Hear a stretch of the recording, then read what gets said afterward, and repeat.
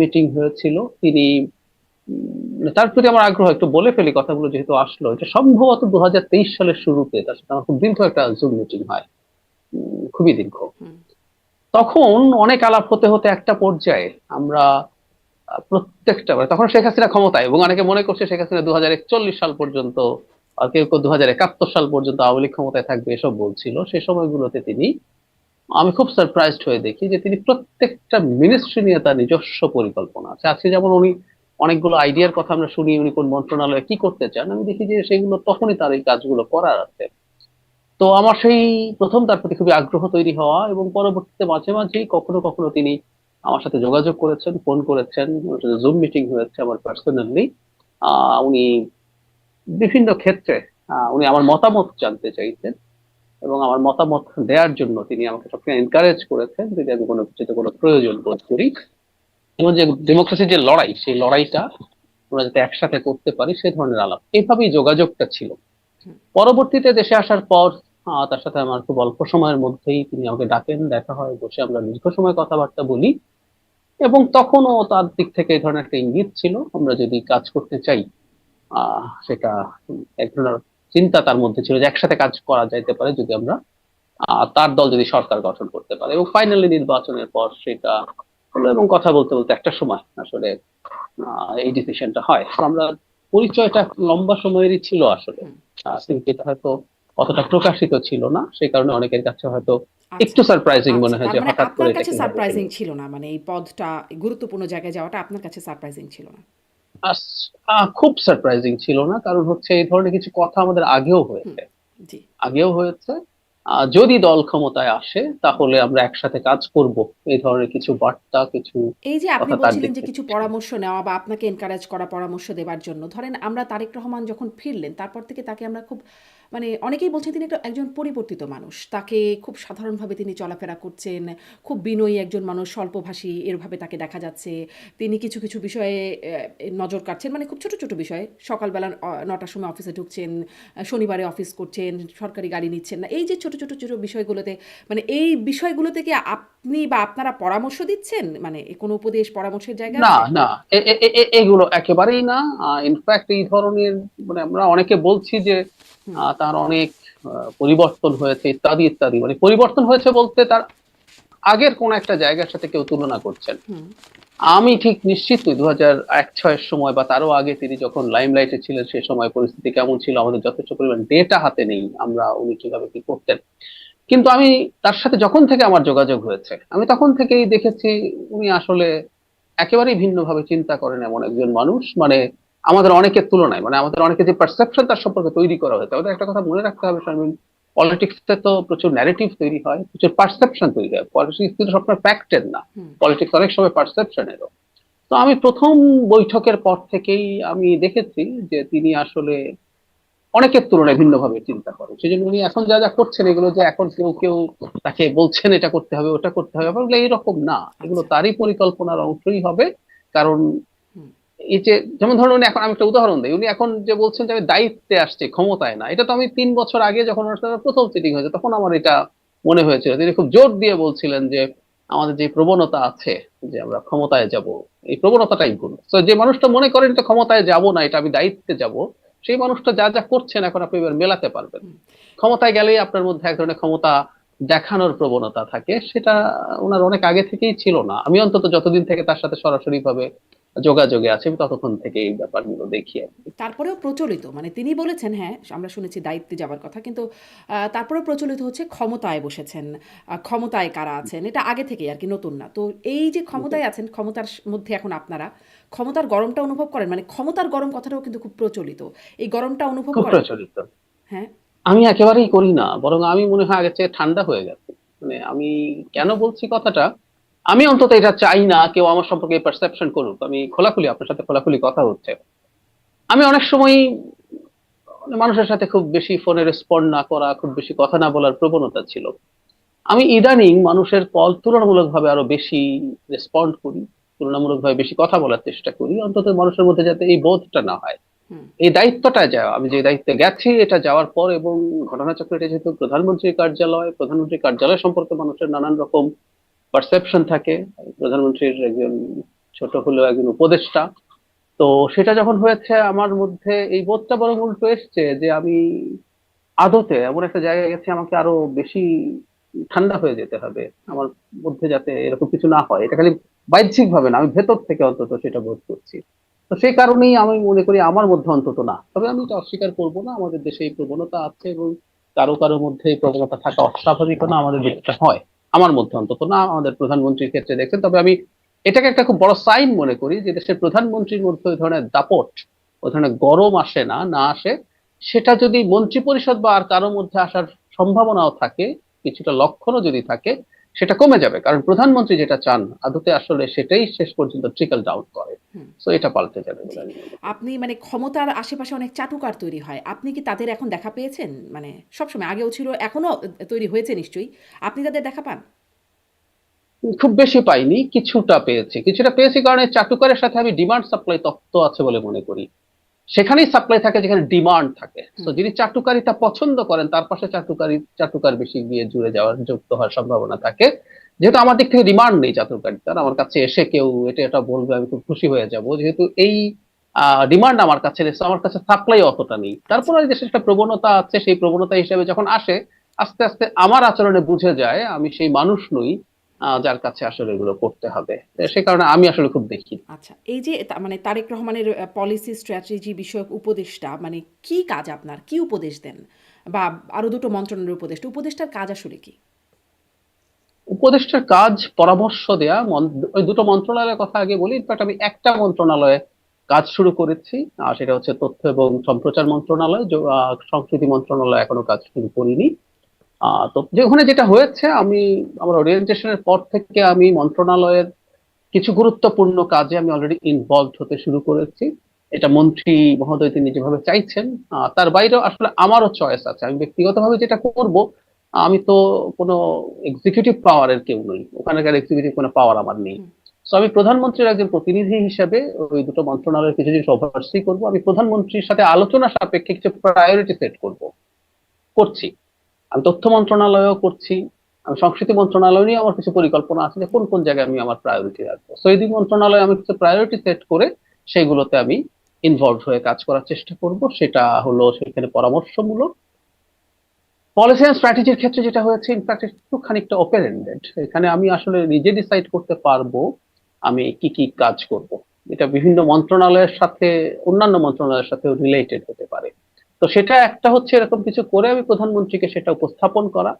শুধু উপস্থাপন করা না, কিছু কিছু এক্সিকিউশনের ক্ষেত্রে আমি কাজ করব, এরকম প্রাথমিকভাবে শুরু হয়েছে। আমি অলরেডি অন্য দু একটা মন্ত্রণালয়ের সাথেও রিলেটেড কিছু কাজ প্রধানমন্ত্রীর অনুমতি পাচ্ছেন। আমি যেটা করি, আমি কি কি করতে চাই এই ধরনের একটা প্ল্যান করছি, করে তার সাথে কথা বলছি, তিনি সেটা অ্যাপ্রুভ করলে সংশ্লিষ্ট মন্ত্রণালয়ের সাথে ওটা নিয়ে কাজ করতে শুরু করবো, এরকম আচ্ছা। এই যে মোটামুটি প্রাথমিকভাবে চেষ্টা আপনি এই যে কাজ করছেন, গুরুত্বপূর্ণ কাজ আপনি করছেন। মানে আপনার পরিকল্পনা প্রায়োরিটি বিষয়ে ছোট্ট করে একটু জানবো। তবে এই কাজের মধ্যে কোনো তদবির বা লবিং কি আপনার কাছে আসছে? এটি খুব আমরা জানি যে আসলে মানে তদবির এবং লবিং একটা বড় বাণিজ্যর মতোই হয়ে যায়।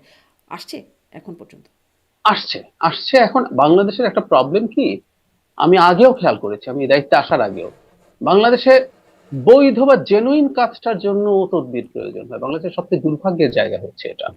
অবৈধ কাজের জন্য না, একদম একটা বৈধ কাজ, কারো কোনো একটা বৈধ কাজ আটকে আছে, এটা ঠিকঠাক আছে সবকিছু, তার কাছে সব ডকুমেন্ট আছে, তারপরে কাজটা হয়নি। এই ধরনের প্রচুর মানুষজন আমার কাছে, আমি ধারণা করি পারসেপশন, আমার কাছে অবৈধ কিছু নিয়ে এখন পর্যন্ত আমি কাউকে পাইনি যিনি হুম। এসছেন।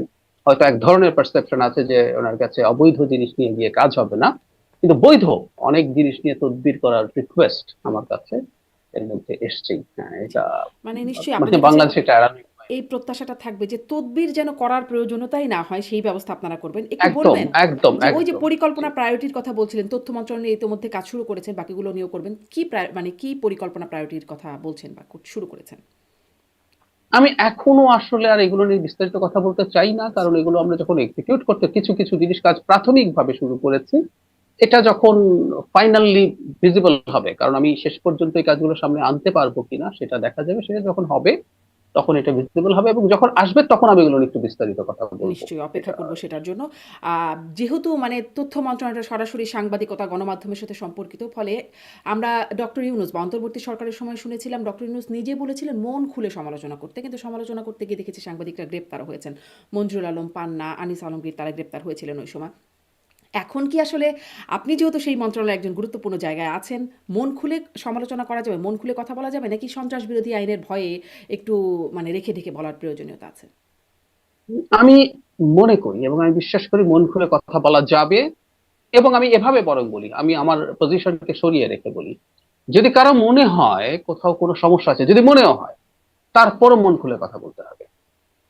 মানে একটা জিনিস খুব ইম্পর্টেন্ট, ডেমোক্রেসিকে যদি আমরা ঠিকঠাক রাখতে চাই, একটা ডেমোক্রেটিক সরকারের সময় যদি কারো মনে কোনো রকম কোনো শঙ্কাও থাকে যে আমার কি হতে পারে, তারপরে কথা বলে যেতে হবে। একটা জিনিস যারা সাংবাদিকরা কথা বলবেন তাদের মনে রাখতে হবে, এটা কিন্তু একটা নিশ্চিত পার্থক্য আছে শারমিন, সেটা হলো একটা অথরিটারিয়ান রেজিম আর একটা গণতান্ত্রিক সরকারের মধ্যে বেসিক জায়গায় ডিফারেন্স হচ্ছে, সমালোচনা হতে থাকলে কোনোদিন একটা গণতান্ত্রিক সরকার যেটা গণতান্ত্রিক ভাবে নির্বাচিত হয়েছে এবং আবার গণতান্ত্রিক ভাবে নির্বাচিত হতে চায়, সেই রকম সরকার কখনো চাইলেও আমি খুব সবচেয়ে খারাপটা বলছি, চাইলেও সে সাংবাদিকতা, বা এখন আমরা তো প্রত্যেকে নিজেরাই সিটিজেন জার্নালিস্ট হয়ে গেছি, ব্যক্তিগতভাবে আমরা যেটা করি সেটার বিরুদ্ধে দাঁড়াতে পারবে না। এটা সম্ভব না আসলে।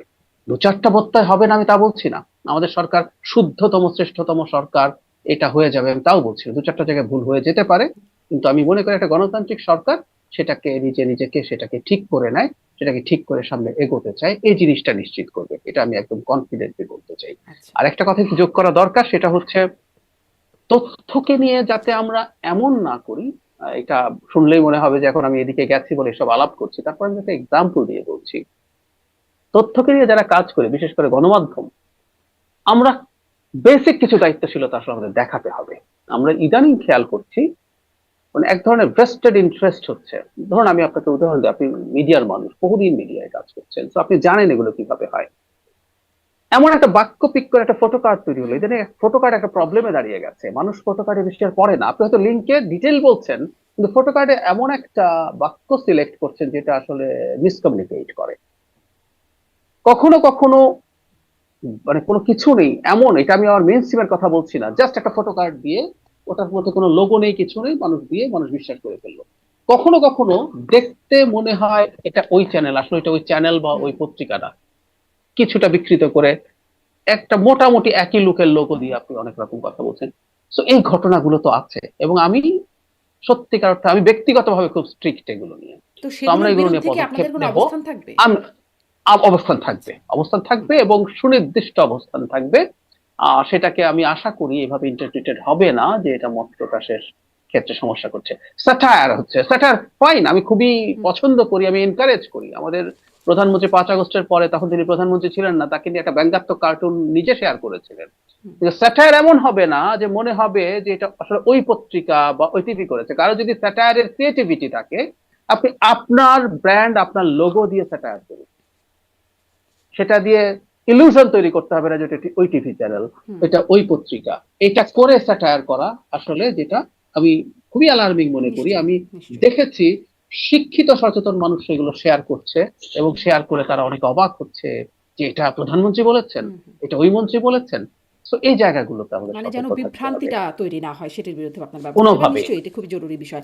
আ এই যে বলছিলাম যে মন খুলে সমালোচনা করতে গিয়ে গ্রেপ্তার অনেকে হয়েছেন অন্তর্বর্তী সরকারের সময়। এই সময় এসে জামিন হয়েছেন বলছি আনিস আলমগীরের কথা। তাকে আমি আমার এই অনুষ্ঠানেই আমি তার সাথে কথা বলেছি। তিনি বলেছেন যে তিনি আসলে কার ইশারায় বা ইঙ্গিতে তিনি গ্রেপ্তার হলেন সেটি যেমন বলেছেন, এবং এই সরকার আসার পরে কিভাবে কার আশীর্বাদে তিনি আসলে জামিন পেলেন সেই বিষয়টিও তিনি বলেছেন। বলেছেন সরাসরি মানে সরকারের আশীর্বাদ, সরাসরি তথ্যমন্ত্রীর আশীর্বাদ ছিল মানে এই জামিন পাবার পেছনে, যেটি আসলে যৌক্তিকভাবেই তার পাবার কথা। তো সেই কিন্তু যাদের কাছে সেই আশীর্বাদটা নাই তাদের জন্য কি হবে? ধরুন আমি বলছি অন্তর্বর্তী সরকারের ক্ষমতায় আসার পরপরই যেই সাংবাদিকরা গ্রেপ্তার হলেন, যারা আওয়ামীপন্থী সাংবাদিক ছিলেন, কিন্তু তারা গ্রেপ্তার হলেন সব হত্যা বা হত্যা চেষ্টা মামলায়, এবং হত্যা মামলায় গ্রেপ্তার হয়ে এখনো পর্যন্ত কারাগারে আছেন, জামিনও হচ্ছে না তাদের। তাদের অনেক কারণ আছে, অসুস্থতা, অনেক বয়স্ক ইত্যাদি অনেক কারণ আছে, কিন্তু সবচেয়ে বড় কারণ ভুয়া মামলায় তারা গ্রেপ্তার আছেন। যেহেতু সাংবাদিক তারা, তথ্য মন্ত্রণালয়ের মানে সম্পর্কিত, আপনাদের অবস্থান কি? গত মানে সময় আমরা শুনেছিলাম নাহিদ ইসলাম বলেছিলেন যে তাদের কাছে এই বিষয়ে বললে তারা এই বিষয়ে ব্যবস্থা নেবেন, কিন্তু সেই ব্যবস্থাটা নেওয়া হয় নাই। আপনাদের কোনো অবস্থান আছে কিনা? আমার ব্যক্তিগত অবস্থানের কথা বলতে পারি, তাদের বিরুদ্ধে যখন মামলা হয়েছে, একেবারে হরে ধরে সব হত্যা মামলা হয়েছে, আমি তখন ওইটার প্রতিবাদ করেছি, এবং আমি ওই রকম মানুষ যিনি এটা মনে রাখবেন, আমি মনে রাখছি। আমি এখনো তাদের বিরুদ্ধে যে ধরনের মামলা হয়েছে সেটা কোনোভাবেই সমর্থন করি না, ওই টাইপের। হুম। এটা কোনো ডিবেট নাই। আওয়ামী লীগের এই যে অবৈধ ক্ষমতায় থাকা, শেষে যে ম্যাসাকার তারা করেছে, তার পেছনে তারা সম্মতি উৎপাদন করেছেন, সেটাকে আমরা এখন ক্রিমিনালাইজ অন্য কোনো ভাবে করতে পারি, এবং কোনো আইন আদৌ আছে কিনা থাক বা না থাকলে নতুন কোনো আইন বানিয়ে ক্রিমিনালাইজ করতে পারি। একটা স্টেট কিন্তু আইন দিয়ে চলবে, হুম। একটা স্টেট আইনের বাইরে হুম। অ্যাপারেন্টলি মনে হচ্ছে বলে কিছু করতে মানে পারে না। আইন বানিয়ে তো সুতরাং করা যায় এই না, রেট্রোস্পেক্টিভ ইফেক্ট তো আবার দিতে পারবেন না আইনের, তাই না? কখনো কখনো দেয়া যায়, এটা রেট্রোস্পেক্টিভ এফেক্ট দেয়া যাবে না তা না, এটা আমরা আসলে ডিসকারেজ করি, সংবিধান অ্যালাউ করে না। হুম। কিন্তু হ্যাঁ, কিন্তু রেট্রোস্পেক্টিভ এফেক্ট দেওয়ার নজির আমাদের দেশে আছে। আছে, এটা করা যাবে না তা না, করা হয়েছে কখনো কখনো, তারপর আমি বললাম দিলাম না। আচ্ছা। কিন্তু যদি থাকে কোনো না কোনো ফর্মে করবো, কিন্তু তাদের বিরুদ্ধে যে অভিযোগ করা হয়েছে অবশ্যই সেই অভিযোগগুলো সঠিক না, এটা আমি মনে করি ব্যক্তিগতভাবে। যেহেতু আমি মনে করি, আমি আমার জায়গা থেকে এই কাজটা করার চেষ্টা আমি করব, যাতে তারা ন্যায় বিচার পান। এখানে একটা প্রশ্ন আছে আবার, এটা যেহেতু এখন বিচার বিভাগের কাছে চলে গেছে, এখন সেই জায়গায় বিচার বিভাগ সিদ্ধান্ত নিবে। সেখানে বিচার বিভাগ বাংলাদেশে এখন পুরোপুরি স্বাধীন অবস্থায় আছে। তবে ওই যে বললেন যে তথ্যমন্ত্রী কিভাবে স্টেপ নিতে পেরেছেন, যে একটা সরকার যখন চায়, সরকার যেহেতু বাদী, সে মামলাটাকে কিভাবে কন্টিনিউ করবে, বা অন্য কেউ যদি বাদী হয়ে থাকে এই মামলাটাকে সে কিভাবে কন্টিনিউ করবে, সেই ব্যাপারে হয়তো পদক্ষেপ নেওয়ার সুযোগ থাকে। আমি আমার জায়গা থেকে সিরিয়াসলি চেষ্টা করব তারা যেন ন্যায় বিচার পান, যতটুকু করা সম্ভব। নিশ্চয়ই, তারপর নিশ্চয়ই। আবারও বলছি, এটা আসলে মূলত বিচার বিভাগেরই ব্যাপার। জি, কিন্তু ওই যে বিচার বিভাগ তো আমাদের দেশে নানানভাবে নিয়ন্ত্রিত হয়। আগেও হয়েছে, বর্তমানে কতটা হচ্ছে জানি না। কিন্তু আশীর্বাদে যে কাজ হয় সেটি তো আবার দেখা গেল। মানে যে কিছু। আমি অবশ্য ইন্টারভিউটা দেখিনি, আপনি যেহেতু বলছেন উনি সেরকমই বলেছেন নিশ্চয়ই। জি, আমি জি। আপনাকে পাঠিয়েও দেব। এবং নিশ্চয়ই এখানে আসলে সেটি হবারই কথা। এরকম মানে যদি আইন নিজস্ব গতিতে চলে তাহলে স্বাভাবিকভাবে এটা হবার কথা। কিন্তু হচ্ছে না বলেই আসলে প্রশ্নগুলো এতদিন ধরে উঠছে। বিদেশি মানে ব্রিটিশ সাংবাদিক ডেভিড বার্গম্যান তিনি জি, মানে জি, আমি দেখেছি। সবসময় এই বিষয়ে লিখে যাচ্ছেন। কিন্তু আমাদের দেশে আসলে কতটা কাজ হচ্ছে সেটা নিয়ে একটু মানে আমরা আমরা আমি আগেও বলেছি এটা, হুম। যে তাদেরকে এই ধরনের মামলায় গ্রেফতারের কারণে এই ওভারঅল বিচার আওয়ামী লীগের বিরুদ্ধে যেটা হুম। হওয়ার কথা, সেগুলো প্রশ্নবিদ্ধ হওয়ার ঝুঁকি আছে। জি। তো সেই কারণেই আমার মনে হয় ব্যাপারে সতর্ক থেকে ব্যবস্থা নেওয়া উচিত। এবং নিশ্চয়ই অনেক মূল অপরাধও ঢাকা পড়ে যাবে এই কারণে। একটু আসি যে, একদম তাই, যে একদম তাই। সন্ত্রাস বিরোধী আইনে অনেকে গ্রেপ্তার হচ্ছেন। এই যে যাদের কথা বললাম তারাও ছিলেন গ্রেপ্তার হয়ে। আম এখনো তো সন্ত্রাস বিরোধী আইনে, আমরা সন্ত্রাস বিরোধী আইনে একটা কালো আইন সেটি শুনেছি। বিএনপির কাছ থেকে সমালোচনা শুনেছি। অন্তর্বর্তী সরকারের সময় ব্যাপক তার মানে প্রয়োগ হয়েছে, এখনো প্রয়োগ হচ্ছে। মানে জয় বাংলা স্লোগান দিলে তাকে ধরে নেওয়া হচ্ছে, ৭ই মার্চের ভাষণ বাজালে সন্ত্রাস বিরোধী আইনে ধরে ফেলা হচ্ছে। মানে ৭ই মার্চের ভাষণের সাথে সন্ত্রাস বিরোধী আইনের অপরাধের সম্পর্ক কি সেটা খুব স্পষ্ট না, কিন্তু তাদেরকে টেনে হিঁচড়ে নিয়ে গিয়ে থানায় দিয়ে আসতে তাদেরকে গ্রেপ্তার করা হচ্ছে এবং তারা কারাগারেও থাকছেন। দেখছিলাম যে স্বাধীনতা দিবসে ৯ জন গ্রেপ্তার হয়েছেন সন্ত্রাস বিরোধী আইনে। ২৫ জন আইনজীবী সুনামগঞ্জে তাদের নামে মামলা করা হয়েছে, তারা জয় বাংলা স্লোগান দিয়েছিলেন। মানে এর অজুহাতটা খুব ঠুনকো না? মানে এই অজুহাতে সন্ত্রাস বিরোধী আইনে গ্রেপ্তার হয়ে কারাগারে থাকবেন বা মামলা হয়ে যাবে। ঠুনকো, এটা আসলে আপনার আপনার পয়েন্ট অফ ভিউ একভাবে যদি দেখেন সেটা কিভাবে দেখা যেতে পারে, কিন্তু মানে ঘটনা যেটা দাঁড়িয়েছে এখন, এটা আসলে যাচাই বাছাই করার ব্যাপার। আওয়ামী লীগ নিষিদ্ধ আছে, তার কর্মসূচি সে করতে পারবে না। যে ইন্টারপ্রিটেশনটা করা হচ্ছে তাদের মামলার ক্ষেত্রে, সেটা হচ্ছে এই তারা যা যা করেছেন এগুলো মূলত আওয়ামী লীগের কর্মসূচি। মানে এখন এখানে একটা অ্যাম্বিগুইটি আছে। ধরো জয় বাংলা স্লোগান যিনি দিচ্ছেন, আপনি বলতেই পারেন যে এটা আমাদের মুক্তিযুদ্ধের সময় বা তার আগে থেকেই এই স্লোগানটা প্রচলিত আছে, সেটা আওয়ামী লীগের স্লোগান না। আবার একইভাবে এই স্লোগানটা আওয়ামী লীগ স্লোগান হিসাবে হুম। খুবই বহুল ব্যবহার করেছে। সুতরাং এটাকে আপনি যদি ইন্টারপ্রেট করেন যে এটা কোন ফর্মে আওয়ামী লীগের তার কর্মসূচি বা তার যে রাজনৈতিক কর্মকাণ্ডের উপর নিষেধাজ্ঞা আছে সেটা ভাঙার চেষ্টা। প্রথমত এটা আমাদের মানতে হবে, আওয়ামী লীগের রাজনৈতিক কর্মসূচি বা কর্মকাণ্ডের উপরে যে নিষেধাজ্ঞা আছে কেউ সেই নিষেধাজ্ঞাটাকে সঠিক বা ভুল বলতে পারে, সেটা ডিফারেন্ট আলোচনা, কারণ ওটাও কিন্তু সন্ত্রাস দমন আইনের এক্সিকিউটিভ অর্ডারে করা হয়েছে। তো এটা বিচারিক প্রক্রিয়ায় হয়নি, অন্তর্বর্তী সরকারের সময় হয়েছে, এটা সমালোচনা করতে পারে। কিন্তু যতক্ষণ এই অর্ডারটা আছে ততক্ষণ এটার সাথে সাংঘর্ষিক কিছু হয় সেটাকে ক্রিমিনালাইজ করা যায়, যে এটা ক্রিমিনাল অফেন্স, সুতরাং এটার বিরুদ্ধে ব্যবস্থা নেওয়া যায়। এখন সমস্যা হচ্ছে তারা যা যা করছেন সেটা আওয়ামী লীগের কর্মসূচি বা কর্মকাণ্ড কিনা, সেই প্রশ্ন। আমি মনে করি যারা গ্রেফতার হয়েছেন এভাবে, সেই যাচাই বাছাইয়ের দায়িত্বটা শেষ পর্যন্ত তো আদালতের কাছে আছে। এক্সিকিউটিভ উইং থেকে পদক্ষেপ মানে নেওয়া এই হয়েছে, যাচাই বাছাই হতে থাকবে আদালত ততদিন তারা কারাগারে বন্দী থাকবেন। এটাও এগেইন আদালতের সিদ্ধান্ত, যে তারা আসলে, এটা তো হয় কেউ একটা যখন মানে গ্রেফতার হয়, যাচাই বাছাইয়ের আগে জামিনেরও প্রশ্ন থাকে নিশ্চিতভাবেই। আর মানে যেসব আইন আপনি আমার চেয়ে অনেক ভালো জানেন, যেগুলো জামিন অযোগ্য অপরাধ সেগুলো কন্ডিশন যদি ফুলফিল করে, এটা একেবারে ডিসক্রিশন থাকে, আদালতে তারা চাইলে জামিন দিয়ে দিতে পারেন। আমি ব্যক্তিগতভাবে বলছি, এটা আমার ব্যক্তিগত মতামত, সেটা হচ্ছে জামিন হয়ে যাওয়া উচিত, যেহেতু তাদের বিরুদ্ধে যে অভিযোগ আছে জামিন হয়েও সেই অভিযোগগুলো ডিল করা যেতে পারে, সেটা হলেই ভালো হয়। কিন্তু আদালতে ডিসাইড করুক যে তাদের এই কর্মকাণ্ডটা তারা ইন ডিসগাইজ আওয়ামী লীগের কর্মকাণ্ডকে স্বাভাবিকীকরণ করতে যাচ্ছে কিনা। আমি আবারও ওই কথা বলছি, এক্সিকিউটিভ অর্ডারে আওয়ামী লীগের কর্মকাণ্ড নিষিদ্ধ হওয়া উচিত কি অনুচিত, সেই ডিবেটটাও সোসাইটিতে থাকতে পারে। আচ্ছা, আপনি তো আগেও এই বিষয়ে কথা বলেছেন। আপনি বলেছেন আপনি মনে করেন যে এক্সিকিউটিভ অর্ডারে আসলে নিষেধাজ্ঞার পক্ষে আপনি সেটার আপনি খুব সমর্থক ছিলেন বলে আগের কথাবার্তায় মনে হয় নাই। ফলে সেখানে কি এখন কোনো পরিবর্তন, যেহেতু এখন আপনারা আসলে ক্ষমতার মানে গুরুত্বপূর্ণ সিদ্ধান্ত নেবার জায়গায় আছেন, সেখানে কি কোনো পরিবর্তন হবে কিনা? আমি কদিন আগে মহাসচিবের কথা শুনছিলাম, মির্জা ফখরুল ইসলাম আলমগীর।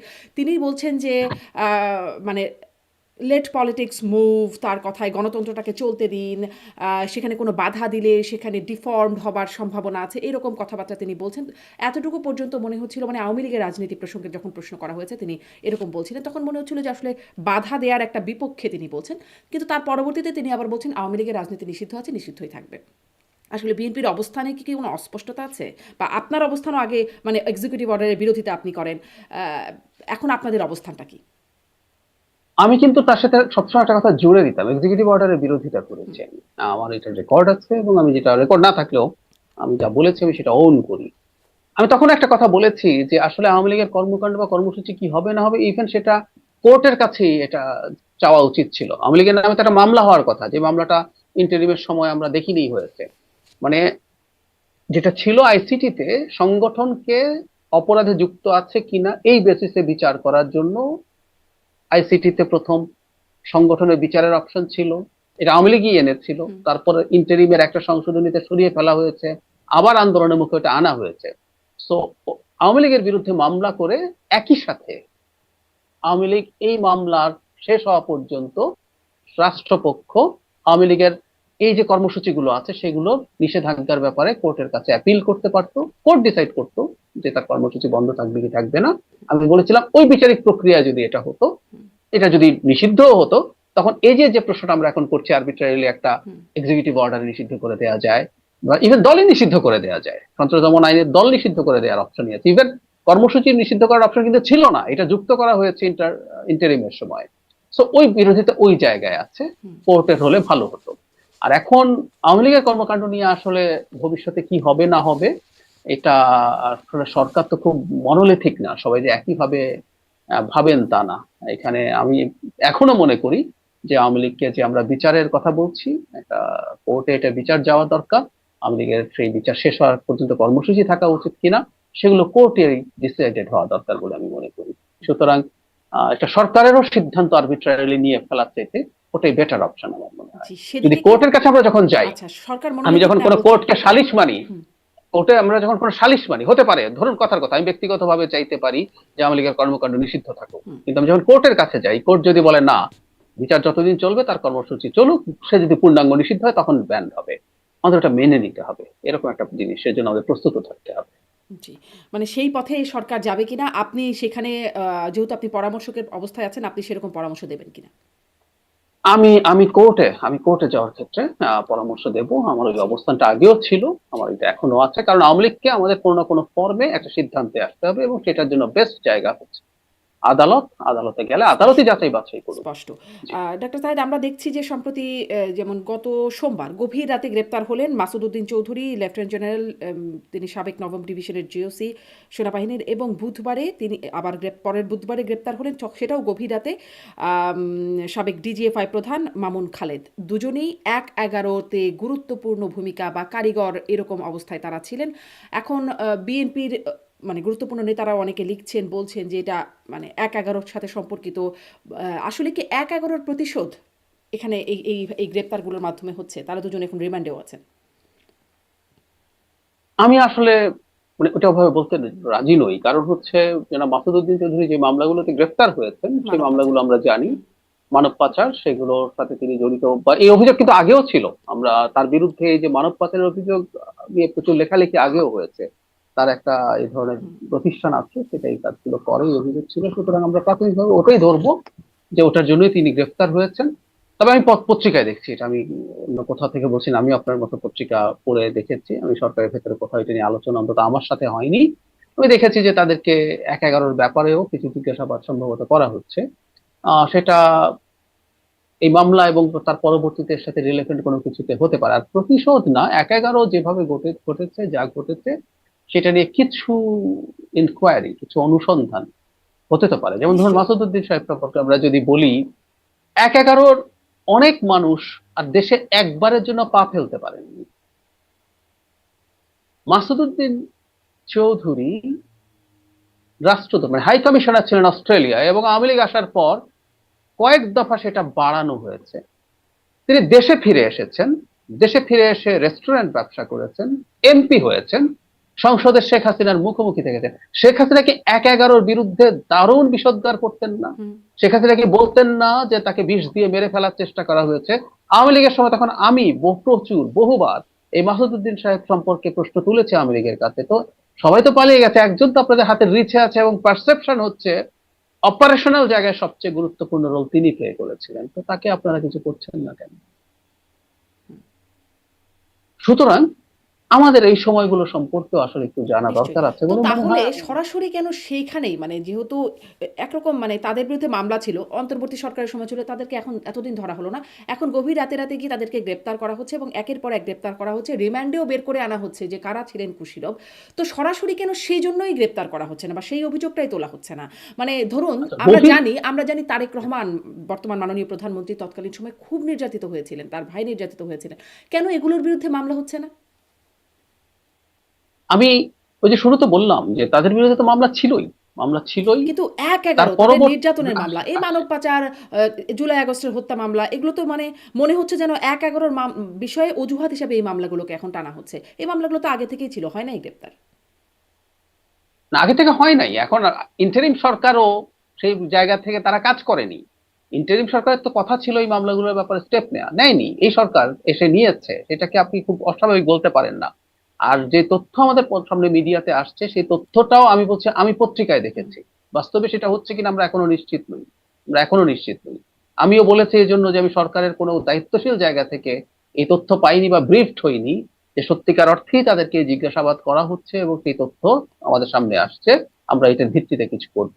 আবারও বলছি, এটা আমি জাস্ট পত্রিকা পড়ে জেনেছি। আর যেন মাসুদুদ্দিন সম্পর্কে যে কথাগুলো বললাম এগুলো জাস্ট আমার ব্যক্তিগত অপিনিয়ন।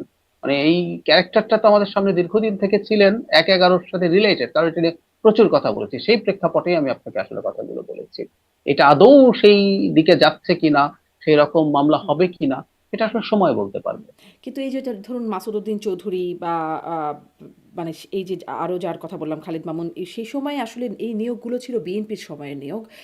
বিএনপির সময় ময়নূর আহমেদের নিয়োগ ছিল, সাবেক সেনাপ্রধানের কথা বলছি, এবং তারা জ্যেষ্ঠতা লঙ্ঘন করে কোথাও কোথাও বা মানে আত্মীয়তা সম্পর্ক, মাসুদ উদ্দিন চৌধুরীর ক্ষেত্রেই বলি আত্মীয়তার সম্পর্ক, মানে বর্তমান প্রধানমন্ত্রীর সাথে একরকম মামা ভাগ্নের সম্পর্ক আছে তার। এই রকম সম্পর্কগুলো ওই সময় মানে সেগুলো গুরুত্ব পেয়েছিল বলে জানি। কিন্তু তারা কেন মানে আমি আসলে প্রশ্নটা এখানে করতে চাই যে এই যে পছন্দ করে বা দলীয় কিছু বিবেচনায় নিয়োগ দেওয়া, তার যে সুফল হয় নাই সেটা আমরা ১/১১-তে দেখেছি। এখনো বিভিন্ন জায়গায় যে দলীয় নিয়োগগুলো হচ্ছে, বিশ্ববিদ্যালয়ের ভিসি থেকে শুরু করে বাংলাদেশ ব্যাংকের গভর্নর বা প্রশাসন, সেনাবাহিনীতেও রদবদল বিভিন্ন জায়গায় হচ্ছে। এগুলো কি খুব মানে সেই শিক্ষা থেকে কিছু মানে বার্তা আছে এর মধ্যে, নাকি আবারও সেই একই পথে? মানে দলীয় শব্দটা নিয়ে আমার একটু দ্বিমত আছে। দ্বিমত হলো, বিএনপি সরকার গঠন করেছে, বিএনপি তার সাথে অ্যালাইন্ড মানুষজনকে তার বিভিন্ন দায়িত্ব দেবে, এতে আমি কোনো রকম কোনো সমস্যা দেখি না। ইভেন ইভেন আমি আমাদের আমেরিকাতে যে ধরনের সিস্টেম কাজ করে, ওখানে তো আমাদের তো একটা ব্যুরোক্রেসি আছে, নিউট্রাল স্থায়ী ব্যুরোক্রেসি, সেরকম তো নাই। ওদের টপ যে সেক্রেটারি আছে নিচের দিকে, কিন্তু দেখবেন ওদের একজন মন্ত্রী, যার আসলে আদতে সেক্রেটারি হচ্ছে তাদের শব্দ, ওখানে কিন্তু প্যারালাল আর একটা সচিবের মতো পদ নেই। ওদের দল বেঁধে সবাই আসবে, তাদের লোকজন সব জায়গায় বসবে, সরকার চালাবে, ভালো না হলে তারা চলে যাবে, এটা নিয়ে সমালোচনা হবে।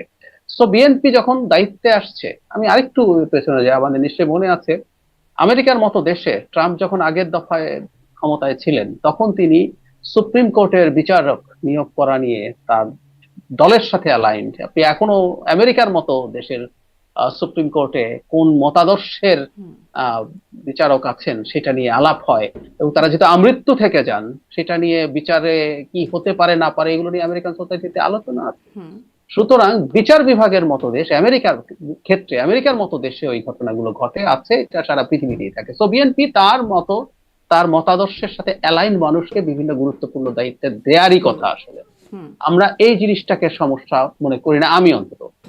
সমস্যা হচ্ছে কোনো দায়িত্বে কেউ যখন আসেন, হুম, তিনি সেই দায়িত্বে আসার পর তার যে দায়িত্বের যে জুরিসডিকশন আছে, তার যে দায়িত্ব পালন করার কথা আছে, তিনি সেটাকে লঙ্ঘন করছেন কিনা। ধরুন বিএনপি সাথে মতাদর্শগতভাবে অ্যালাইন্ড একজন দায়িত্বে আসলেন, দেশের কোনো প্রতিষ্ঠানে তিনি ভিন্ন মতাদর্শের কারো প্রতি অন্যায় অবিচার করছেন, হুম, সেটা যদি করে থাকেন আসলে সেটা আমাদেরকে দেখতে হবে। সুতরাং যে নিয়োগগুলোর আলাপ আমরা করছি, হুম, বিএনপি এসে জামাতের লোককে দায়িত্ব দেবে না, হুম, হুম। এবং কিন্তু আমার সকল একটা প্রশ্ন নিউট্রাল হচ্ছে কি যাও এখানে, যে ধরুন আওয়ামী লীগ এসে আওয়ামী লীগের লোক নিয়োগ দিল, বিএনপি এসে বিএনপি পন্থী যারা আছে দল, তারা জামাতের সময় মানে অন্তর্বর্তী সরকারের সময় এরকম, তাহলে যারা আসলে কোনো দল বিশ্বাস করে না বা দলের রাজনীতি করে না, তারা কি আসলে গুরুত্বপূর্ণ পদে কখনোই যেতে পারবে না, কোনো আমলেই না? পারবে না তা না। আবার একটা কথা মনে রাখতে হবে, আপনি বিএনপি নিয়োগের মধ্যেও সব নিয়োগকে এভাবে বলতে পারেন না। দুই একটা নিয়োগ বা কয়েকটা নিয়োগকে আপনি পাবেন যাদের আপনি ট্র্যাক রেকর্ড খুঁজলে দেখবেন যে বিএনপির রাজনীতির সাথে হুম, মতাদর্শিক ভাবে অ্যালাইনমেন্ট আছে, তারা বিএনপির রাজনীতি করছেন, ব্যাপারটা এইরকম না। মতাদর্শিক ভাবে তাদের অ্যালাইনমেন্ট আছে, হুম, সেরকম কিছু মানুষ পাবে। মানে এর বাইরেও নিয়োগ হচ্ছে, সব নিয়োগ শুধুমাত্র বিএনপির সাথে অ্যালাইন মানুষজন পাচ্ছেন তা না, এর বাইরেও মানুষ আছে। হুম, কিছু এরকম হবে, কিছু এবং হওয়া নিয়েও কোনো সমস্যা দেখি না। বরং আমার কাছে মাঝে মাঝে মনে হয়, আমি নিজে এখন সরকারের একটা অংশের সাথে কাজ করতে গিয়ে দেখি, রাদার আমার দলের সাথে অ্যালাইন মানুষই বেশি প্রয়োজন। কারণ একটা দলের যে ম্যানিফেস্টো আছে, একটা দলের যা যা করণীয় আছে, যা যা চিন্তা আছে, পরিকল্পনা আছে, এগুলো করার জন্য যে মোটিভেশন দরকার, আমি পজিটিভ উদ্দেশ্যে বলছি, খারাপ উদ্দেশ্যেও হতে পারে, দলের সাথে অ্যালাইন মানুষ খারাপও করতে পারে, আমি সেটা অস্বীকার করছি না। কিন্তু যদি কোনো দল ভালো কিছু করতে চায়, কোনো সরকার, রাজনৈতিক সরকার যদি ভালো কিছু করতে চায়, রাদার তার মতাদর্শের সাথে অ্যালাইন মানুষই অনেক বেশি ডেডিকেশন নিয়ে কাজ করে বলে আমার ধারণা। জি, মানে ওই দলের সাথে অ্যালাইন মানুষ, সেই কে এম হাসান থেকে শুরু করে তাকে প্রধান বিচারপতি করা, মানে সেখান থেকেই সমস্যা শুরু তত্ত্বাবধায়ক, তারপরে তত্ত্বাবধায়কে যারা আসলেন সেই দলের পছন্দের মানুষজনদের দ্বারাই সমস্যা তৈরি হলো। এই প্রশ্নটা করি আসলে, জ্যেষ্ঠতা, শুধুমাত্র যোগ্যতা, দক্ষতা এটি মাপকাঠির বাইরে। মানে আপনি অবশ্য বলছিলেন যে দলের সাথে অ্যালাইন হওয়াটা জরুরি, নিশ্চয়ই দেখা যাবে সামনেও এটার কিছু আছে কিনা। আমার আপনি আপনি আমাকে না, আমি এই জায়গাটা একটু ক্লিয়ার করি, দলের সাথে অ্যালাইন মানুষকে দিয়ে খারাপও হতে পারে, কিন্তু একটা মানুষ হুম, যোগ্য, আন্তরিক এবং দলের সাথে যদি অ্যালাইন্ড হন, কাজের তার স্পিরিট মাছ বেটার হবে, বেটার হয়। কারণ তিনি চান তার সরকারটা, রাজনৈতিক সরকারটা ভালো করুক। আমি একটা কথা মনে রাখতে হবে শারমিন, সেটা হলো একটা গণতান্ত্রিক সরকারকে যখন কেউ ভালো পারফর্ম করাতে চায়, হুম, কেউ যখন আবার চায় যে তার সরকার, দলটা আবার নির্বাচিত হোক, হুম, তাকে কিন্তু ডেডিকেশন নিয়ে কাজ করতে হবে। এই ডেডিকেশনটা তুলনামূলকভাবে বেশি থাকার সম্ভাবনা আছে, তবে শর্ত আছেই আসলে, তাকে দক্ষ হতে হবে এবং জি, আন্তরিক হতে হবে, সৎ হতে হবে। জি, স্পষ্ট। ১/১১ কুশীলবদের এখন বের হয়ে আসছে বলে, মানে রিমান্ডে বের হয়ে আসছে বলে জানা যাচ্ছে। শোনা যেত মানে তখন যারা রাজনীতি করতেন, পরবর্তীতেও আছেন তারা রাজনীতি করেন বা রাজনীতি বিশ্লেষক যারা, তারা বলেন সেখানে ডক্টর ইউনূসেরও একটা ভূমিকা আছে। মানে এরকমটা আবার ওই পর্যন্তও কি যাবে? কুশীলব বের হতে, হতে ডক্টর ইউনূস পর্যন্তও কি যাবার সম্ভাবনা দেখেন? আমি আসলে জানি না এবং ডক্টর ইউনূসকে কুশীলব বলতে যা বোঝায়, আমি জাস্ট আবারও বলছি, এবার আমি একটু রাজনৈতিক বিশ্লেষক হিসেবে কথা বলি, প্রধানমন্ত্রীর উপদেষ্টা হিসেবে বলছি না। হুম, ডক্টর ইউনূসকে কুশীলব বলতে যা বোঝায় সেই রকম ভাবে ডিফাইন করা আমার কাছে মনে হয় না সঠিক। তিনি ওই সময় একটা রাজনৈতিক দল করতে গিয়েছিলেন, সেই কারণে হয়তো অনেকে এটার সাথে এক ধরনের তার অ্যালাইনমেন্ট ছিল বলে আলাপ করতে চান, কিন্তু কুশীলব বলতে মূল যে কাজ করেছেন, যা যা করেছেন, আমার কাছে মনে হয় না যে সেটা তখন সেরকম কিছু ডিজিএফআই তিনি। এর স্ক্রিপ্টে যাচাই বাছাই ছাড়া পত্রিকাগুলোতে খবর বের হতো, মাহফুজা নাম এরকম একটা কথা বলে অনেক মামলা শিকার হচ্ছেন, অনেক হয়রানি হয়েছে, প্রায় 100-র মতো মামলা হয়েছে তার বিরুদ্ধে ওই আওয়ামী লীগ আমলে। মানে তাদের পর্যন্তও যেতে পারে, প্রথম আলো, ডেইলি স্টার বা পত্রিকাগুলো পর্যন্তও কি যেতে পারে? আমার কাছে মনে হয় না। এই যে ডেইলি স্টারের কথা যদি বলেন, অন্তত ডেইলি স্টার এই জিনিসটা এগ্রি করেছেন এবং তিনি ভুল করেছেন বলে স্বীকার করেছেন। তার এডিটোরিয়াল হুম, মিসজাজমেন্ট এরকম একটা কথা প্রকাশ্যে বলেছেন। সো তাদের ভুলের তাদের এক ধরনের স্বীকৃতি তো আছেই। হুম, হুম। আমার মনে হয় না এটা এত দূর কিছু যাবে। এবং মামলাতেও বা কোর্টেও কি হবে জানি না, তবে 1/11 ওই সময়কার একটা, এটা আমাদের ইতিহাসের অংশ, এবং সেই সময়ে প্রাথমিকভাবে অনেকের উচ্ছ্বাস থাকার পরও এই জিনিসটা যে একটা প্রজেক্ট ছিল, একটা পরিকল্পনার অংশ ছিল, যেটার মাধ্যমে বাংলাদেশ যে একটা দীর্ঘস্থায়ী স্বৈরশাসনের মধ্যে ঢুকে পড়লো, সেটার যে একটা stepping stone to some extent ছিল, সেইটা এক ধরনের ফ্যাক্ট ফাইন্ডিং হওয়া দরকার আছে বলে আমি জি। একজন নাগরিক এই হিসেবে মনে ফ্যাক্ট ফাইন্ডিং এর মধ্যে মানে আমার আসলে সময় শেষ। আপনি আমাকে যে সময়টা দিয়েছেন তার সেই সময়টা শেষ। তারপরেও একটু শুনতেই হবে আমাকে, যে আসিফ মাহমুদ সম্প্রতি বললেন যে অন্তর্বর্তী সরকার ডিপ স্টেট, মানে এই কৌশলগুলোর মধ্যে তখনও জানি আমরা বিদেশিদের চক্রান্তর কথা তখনও শুনতাম। এখনও এসে শুনছি যে ডিপ স্টেট ছিল অন্তর্বর্তী সরকারকে। তারা বলেছিল ২৯ সাল মানে শেখ হাসিনার যে বাকি মেয়াদটুকু আছে তার ওই মেয়াদ পর্যন্ত থাকতে রূপরেখাও দিয়েছিল, এবং তারা কারা, প্রথম আলোতে সাক্ষাৎকারে তিনি বলছেন যে বৈদেশিক অনেকগুলো মানে জায়গা আছে, যারা আছে মানে বিদেশি অনেক শক্তি আছে, তারা তাদের অনেক কিছুর নাম উল্লেখ করছেন না তিনি। মানে এই বিষয়গুলো কি কন্টিনিউই হয়ে গেল অন্তর্বর্তী সরকারের সময়ও সেই ডিপ স্টেট, এবং সেই ডিপ স্টেটের খেলা কি শেষ হলো নাকি এখনও চলছে? কারা সেই ডিপ স্টেট, কী রূপরেখা দিয়েছিল, কি কি প্রস্তাব দিয়েছিল, কি কি ফ্যাসিলিটি নিয়েছিল, এগুলোরও কি তদন্ত হবে নাকি শুধু সেই ১১টাই হবে ডাক্তার সাহেব? আমি মানে তদন্তের আগে অন্তত এই যে জনাব আসিফ মাহমুদ বলছেন, আমরা চাই অন্তত তিনি আরেকটু খোলামেলা ভাবে বলবেন। তার কথা যে সব ভীষণ সত্য বলে ধরে নিতে হবে তা না। তো ইতিহাসের আলাপ যখন হয়, আমরা তার ভার্সনটা আগে জানতে চাই। তিনি একটু বলুন আমাদেরকে। তারপর আরো যারা যারা আছেন, ওই সরকারে থাকা আরো মানুষজন আছেন, তারাও একটু কথা বলুক, করে একেবারে তদন্তের জায়গারও বাইরে আমরা অন্তত চাই ওই সময়টা নিয়ে কথাবার্তা হোক। আমি আপনাকে এটুকু জানিয়ে রাখি, অন্তর্বর্তী সরকারের যে কয়েকজন উপদেষ্টার সাথে আমার যোগাযোগ ছিল আগে থেকে, তাদের সাথে কখনো কখনো যখন দেখা হতো, আমি প্রত্যেককে একটা কথা বলতাম, আপনারা একটু লিখুন এই সময়টা নিয়ে, এবং অ্যাটলিস্ট বলতাম যে ফ্যাক্টস গুলো টুকে রাখুন, ভুলে যাবেন, পরে কখনো অন্তত বিস্তারিত লিখবেন 1-2 বছর 3 বছর পর, কারণ এই সময়টা ঠিক কি ঘটেছে, হুম, আপনার ন্যারেটিভটা, হুম, তার ন্যারেটিভ আমাদের বিশ্বাস করতে হবে এমন কোনো কথা নেই, তার ন্যারেটিভটাও যেন থাকে। তো আমি চাই অন্তত এই কথাগুলো বলা হোক। আমি আসিফ মোহাম্মদ সজীব ভাইকে রিকোয়েস্ট করছি, তিনি তার এই কথাগুলো বিস্তারিত ভাবে জানাবেন। আপনি বললেন যে ডিপ স্টেটে কারা কি ছিল, ক্লারিফাই করেন, ক্লারিফাই করলে সবচেয়ে ভালো। ইভেন শুধু সেটাও না, যারা নাহিদ ইসলামও এক সময় বলেছিলেন হুম, যে তিনি অনেক কিছু জানেন অনেক সম্পর্কে, তো সেটাও তিনি বলতে চান, মানে সরকারের সম্পর্কে বলেছিলেন। তো নাহিদ ইসলাম সেখানে ছিলেন, সবাই তার কথাগুলো বলুক, সেটাই আমাদের জন্য ভালো হবে। হুম। তদন্ত বা এরকম কোনো পর্যায়ে যাওয়া, আমার মনে হয় না এখন অন্তত সে ধরনের কোনো সিদ্ধান্ত তার মানে সরকারের না আছে। বললে আমরা আর জানতে পারবো না আসলে ডিপ স্টেটে কারা ছিল, বা ভবিষ্যতে হয়তো এরকম মানি লন্ডারিং বা এরকম কোনো মামলা হলে সেগুলোর মাধ্যমে জানতে হবে যে আসলে এর মধ্যেও কে কে ছিল বা আদৌ ছিল কিনা। এখানে একটা ব্যাপার আছে, ধরুন ডিপ স্টেট কিছু একটা চেয়েছে, সেটা করে ফেলতে পারা আর করে ফেলতে না পারার মধ্যে একটু ভিন্নতা আছে। ধরুন কেউ চেয়েছে, ধরুন, কিন্তু সেটা ফাইনাল হয় নাই, 29 পর্যন্ত সরকার থাকেনি। শেষ পর্যন্ত ডক্টর ইউনূস সরকার, তিনি তার কথা নির্বাচনের ব্যাপারে তার অনেক কিছুতে ব্যর্থতা আছে, কিন্তু হুম, ডক্টর ইউনূসের এই সাফল্য আমাদের মানতে হবে, তিনি নির্বাচন নিয়ে যখন যেভাবে কথা বলেছেন সেই জায়গা থেকে আসলে এক বিন্দুও সরে আসেনি। তবে এই সরকারের যে একটা অংশ বা কারো কারো নির্বাচনটাকে পিছিয়ে ফেলা, ডিপ স্টেট না শুধু, এই সরকারেরই একটা পার্ট আছে বলে এক ধরনের পারসেপশন হুম, সমাজেই আছে, এবং ইনফর্মড পারসেপশন, এটা যে একেবারে ওয়াইল্ড গেস কেউ করছে তা না। এই সরকার 5 বছর থাকতে হবে তবে আলাপ প্রকাশ্যে করার চেষ্টা হয়েছে, এবং কেউ করলে সেটাকে একটু এনকারেজ করা হয়েছে, এই ঘটনাগুলো ঘটেছে। সুতরাং সেটা থাকতে পারে, কিন্তু ডক্টর ইউনূসের সরকার শেষ পর্যন্ত যেহেতু তিনি সেটা করতে পেরেছেন, ডিপ স্টেট যদি কিছু চেষ্টা করেও থাকে বা সরকার একটা অংশ করে থাকে, সেটা সাকসেসফুল হয়নি। সুতরাং এটাকে আমরা খুব অ্যাক্টিভলি তদন্ত করে কিছু একটা করে ফেলতে হবে, সেটা খুব জরুরি না। কিন্তু এটা যেহেতু ইতিহাসের খুব গুরুত্বপূর্ণ একটা অংশ, আন্ডার কারেন্ট গুলো, আমাদের মেইন কারেন্ট আমরা দেখতে পাচ্ছি হুম, কি হুম। হয়েছে। শেষ পর্যন্ত বাংলাদেশে একটা গণতান্ত্রিক নির্বাচন হয়ে দেশ গণতান্ত্রিক ব্যবস্থা এসছে, কিন্তু অনেকগুলো আন্ডার কারেন্ট ছিল, সেগুলো আমাদের ইতিহাসের স্বার্থে লিখে রাখা দরকার। জি। এই ডিপ স্টেটের কি কোনো প্রজেক্ট, মানে যেহেতু অভিযোগ আছে এবং আপনিও এটা নিয়ে কথা বলেছেন, ডক্টর খলিল যখন পররাষ্ট্রমন্ত্রী হলো, তখন আসলে আমার কেমন করে হয়ে গেল এটা নিয়ে সবারই কথা ছিল। আপনিও এই প্রশ্নটা, এমনকি সরকার গঠনের পরেও আমি আপনার টক শোতে দেখেছিলাম যে এটা নিয়ে একটা প্রশ্ন উঠতে পারে। সেই প্রশ্নের উত্তর, মানে আপনারা এখন খুব ক্লোজ কাজ করছেন। সেই প্রশ্নের উত্তর কি পরবর্তীতে আপনি পেয়েছেন? অনেকে শুনেছি বিদেশি শক্তি, মার্কিনীদের প্রভাব, কখনো শুনেছি ভারতের প্রভাব। আসলে কিসের প্রভাব? কেন হলেন তিনি? আমি আসলে এরকম কোনো নিশ্চিত কোনো জবাব পাই